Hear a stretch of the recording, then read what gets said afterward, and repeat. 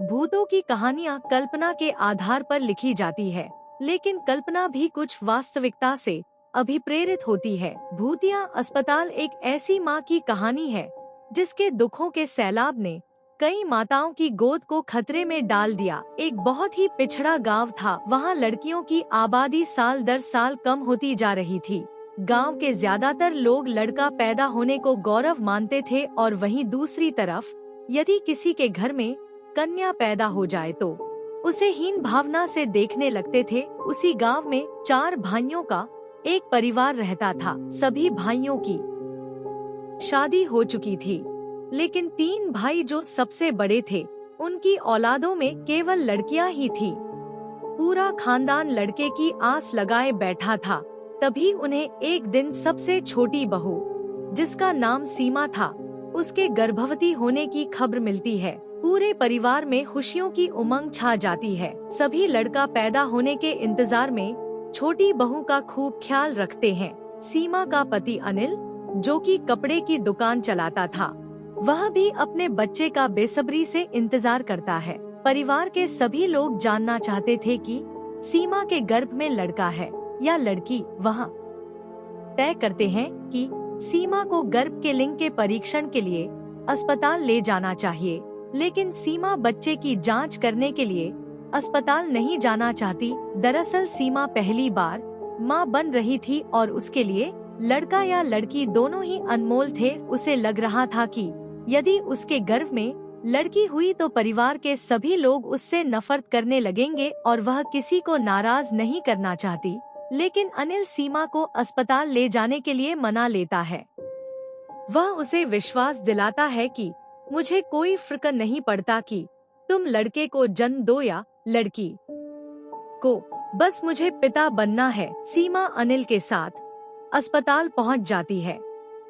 अस्पताल में अनिल का एक दोस्त कंपाउंडर था और इस वजह से लिंग परीक्षण का काम जल्दी हो जाता है। परीक्षण की रिपोर्ट में सीमा के गर्भ में लड़की होने की पुष्टि होती है। परिवार को जैसे ही पता चलता है कि सीमा लड़की को जन्म देने वाली है, परिवार में मातम छा जाता है। पूरा परिवार मिलकर अनिल को समझाता है कि यह लड़की हमें नहीं चाहिए। वैसे भी परिवार में इतनी सारी लड़कियां हैं और अब एक और लड़की से परेशानियां बढ़ती जाएंगी।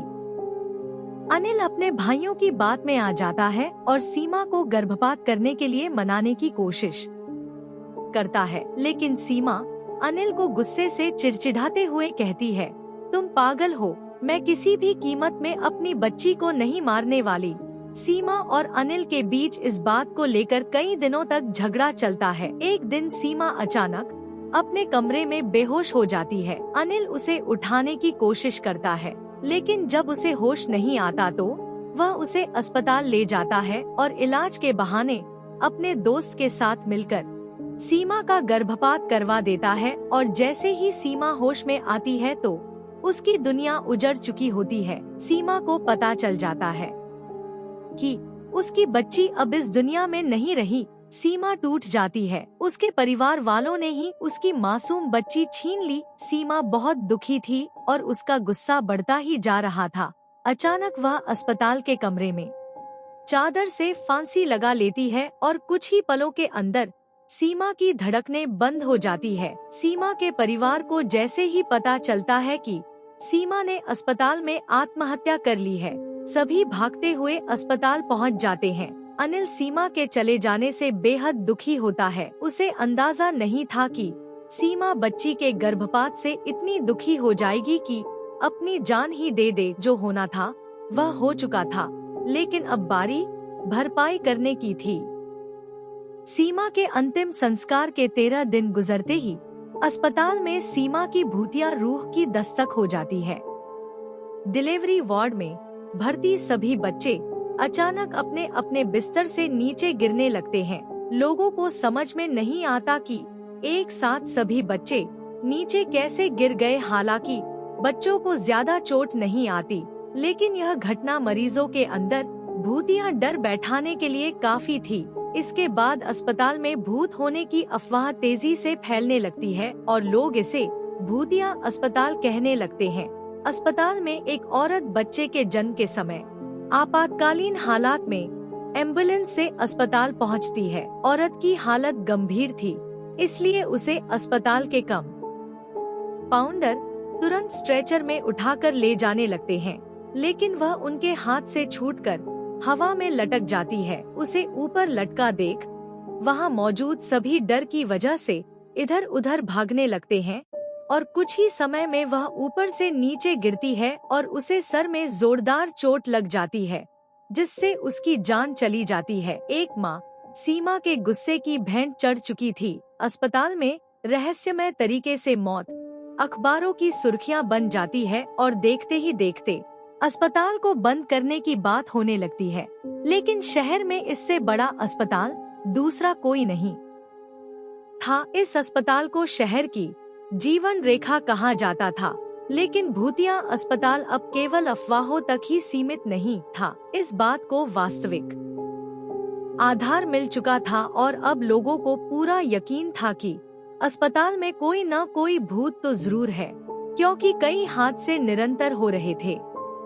अस्पताल प्रबंधन मुद्दे को गंभीरता से लेते हुए अस्पताल में झाड़ फूंक करने के लिए एक बहुत प्रतिष्ठित ओझा को बुलाते हैं। ओझा अस्पताल के कमरे में मंत्रों से सिद्ध किया हुआ नींबू रखकर सीमा की रूह का पता लगा लेता है। देखते ही देखते नींबू का कलर सुर्ख लाल हो जाता है। उस कमरे में मौजूद अस्पताल के कर्मचारी एक दूसरे का मुंह देखने लगते हैं। ओझा अस्पताल के कर्मचारियों से कहता है कि इस अस्पताल में एक दुखियारी माँ की आत्मा है, जिसके बच्चे का गर्भपात किया गया था, इसलिए वह इस अस्पताल में किसी को भी माँ नहीं बनने देना चाहती। अस्पताल प्रबंधन को सीमा के गर्भपात के बारे में कोई जानकारी नहीं थी, क्योंकि वह गर्भपात अनिल और उसके कंपाउंडर दोस्त ने गुप्त तरीके से किया था। सच्चाई का पता लगाने के लिए ओझा अपनी मंत्र शक्ति से सीमा की रूह को सबके सामने बुला लेता है। सीमा का भूतिया साया आते ही सभी चीजें इधर उधर बिखरने लगती है। टेबल कुर्सियां पलट जाती है और अचानक वह कंपाउंडर जिसने सीमा का गर्भपात किया था अजीब हरकतें करने लगता है। उसके स्वर बदल जाते हैं। ओझा तुरंत उसे बालों को पकड़कर वही बैठने को कहता है। दरअसल ओझा को पता चल चुका था कि सीमा की आत्मा कंपाउंडर के अंदर आ चुकी है। वह सीमा की रूह से पूछता है, बताओ किसने तुम्हारा गर्भपात किया था? हम उसे कानूनन सजा दिलवाएंगे, लेकिन तुम इन मासूम बच्चों की हत्या मत करो। तभी वह कंपाउंडर जिसके अंदर सीमा की रूह समाई हुई थी जोर जोर से अपना ही नाम लेकर चिल्लाता है, अजय और अनिल दोनों ने मेरी बच्ची की जिंदगी छीनी है, लेकिन उसके लिए मेरे ससुराल का पूरा परिवार भी जिम्मेदार है। जब तक इन सब को इनकी गुनाहों की सजा नहीं मिलेगी, तब तक मैं इस अस्पताल में किसी को भी चैन से नहीं जीने दूंगी। अस्पताल प्रबंधन अपने उस कंपाउंडर का सारा बयान रिकॉर्ड कर रहा था और इसी रिकॉर्डिंग के दौरान वह कंपाउंडर एक कैंची लेकर अपने गले में घुसेड़ देता है और तुरंत जमीन पर गिरकर तड़पने लगता है। ओझा भूतिया आत्मा का इतना विकराल रूप देखकर कुछ पल के लिए सहम जाता है। तभी अस्पताल के कर्मचारी कंपाउंडर को तुरंत उठाकर आपातकालीन कक्ष लाते हैं, लेकिन बदकिस्मती से वह अपनी मौत से लड़ने में असफल हो जाता है। सीमा ने कंपाउंडर से तो अपना बदला ले लिया था, अब बारी थी अनिल और उसके परिवार की। कंपाउंडर की हत्या से मामला पुलिस के संज्ञान में आता है और एक के बाद एक कड़ी जुड़ाने के बाद पुलिस अनिल और उसके परिवार के सभी सदस्यों को सीमा के गर्भपात के जुर्म में गिरफ्तार कर लेती है, जिससे कहीं न कहीं सीमा की आत्मा को थोड़ा शांति तो मिलती है और अस्पताल से सीमा की दहशत का साया गायब हो जाता है। और इसी के साथ ही भूतिया अस्पताल की हिंदी हॉरर स्टोरी समाप्त हो जाती है।